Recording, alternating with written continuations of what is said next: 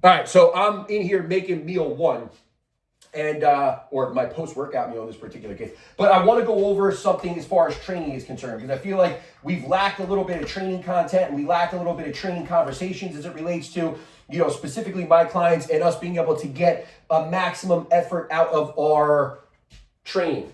Especially when it comes to muscle development specifically. Obviously, we're going to train for different reasons in some cases, but for the most part, we're all training to build muscle as it relates to my clientele, right? We're training to build muscle to support a healthier metabolism. We're training to build muscle to have a leaner, tighter, toner looking physique. We're training to build muscle to be the best bodybuilder we could be, or just because we want to be fucking gargantuan. Either way, the bottom line is when it comes to building muscle, there are a few principles that are absolutely key, and I want to focus on those principles that are the things that almost are unanimously agreed upon by every single camp. Remember, there's going to be different people that you hear on social media, the internet, that are telling you different things. This is for my AI tracker.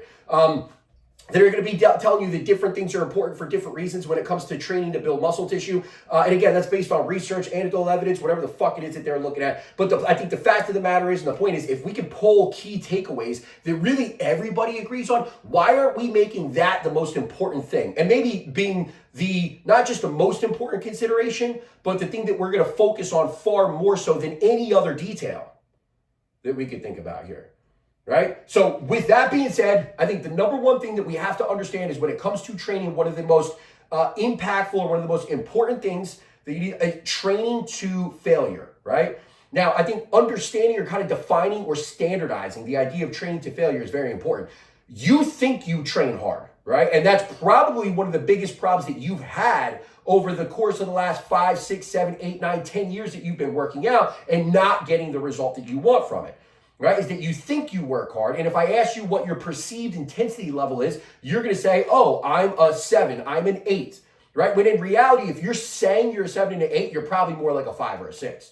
The people that are saying they're a 9 or a 10, they're probably more of like a 7 or 8, right? I do find that when it comes to the idea of intensity, which is a little bit off the topic, I guess, it's almost better to have somebody else help you define that for yourself rather than you looking internally and saying, oh, I train really hard, right?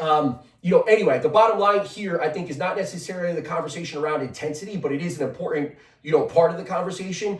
Obviously, the point of the conversation here is understanding failure, right? But understanding failure means that we have to be able to get to failure. We have to be able to feel what failure, we have to know what failure is, right? That's what I'm talking about in terms of standardizing the concept of failure.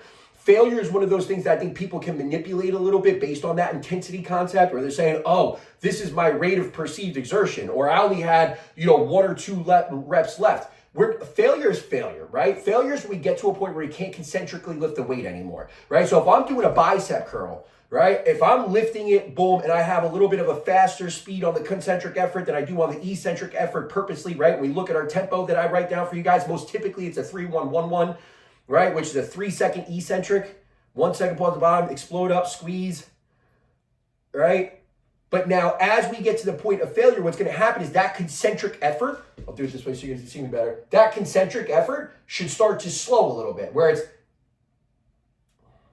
right? And then it's hard to get it up, I can't get it up, right? That would be failure, right? We don't need to qualify that in some way, shape, or form as it relates to like, oh, if I did one more, my back would have moved or something like that. It's like, listen, those little things, they're going to happen. If I perform 10 good reps like this, and on the 11th or 12th rep, I'm moving my torso a little bit, right? That's not a reason why I should stop. If I'm still concentrically moving that weight at a speed that's even relative to when I started that set, I have not come close to failure yet. And again, I see this in a lot of cases, especially with maybe my older clientele, right? Where we are not pushing those sets to the point where you literally cannot concentrically move the weight anymore. By the time you get to your last rep, it looks very similar to your first rep, and that is going to be a problem as it relates to your ability to continually build muscle tissue, especially if you've been training for numerous years. All right? It obviously gets harder and harder and harder. We need to push the stimulus to push the adaptation further.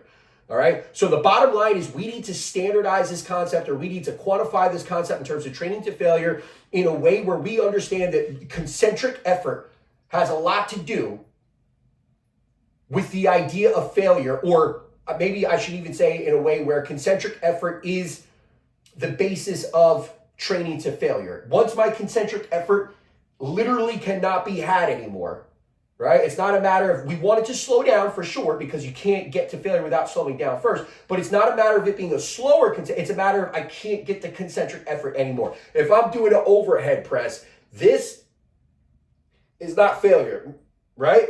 The next rep where I can't get it anymore, that's failure.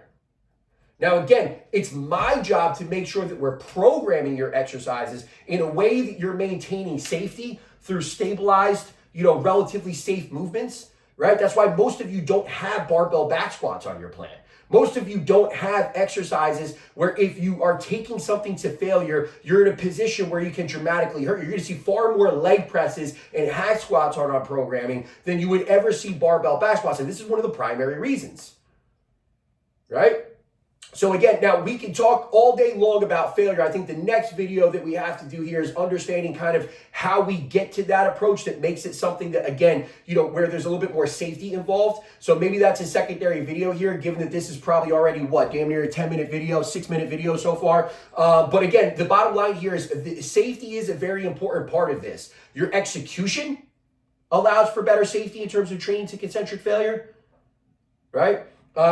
Your exercise choice plays a huge role, and then how we look at progressions and how we're actually trying to proceed our training. So like as we're adding weights, adding reps, etc., right? That's very important parts. And again, I think we'll kind of dial into those things more specifically in a secondary video. Within this video, though, I want to make sure that we're all on the same page as it relates to the most important part of your training when it comes to building muscle specifically, is you being able to understand what true failure is and not justifying, right? Oh, I have this injury. Okay, well, let's find exercises that don't create any pain whatsoever that you can take all the way to failure.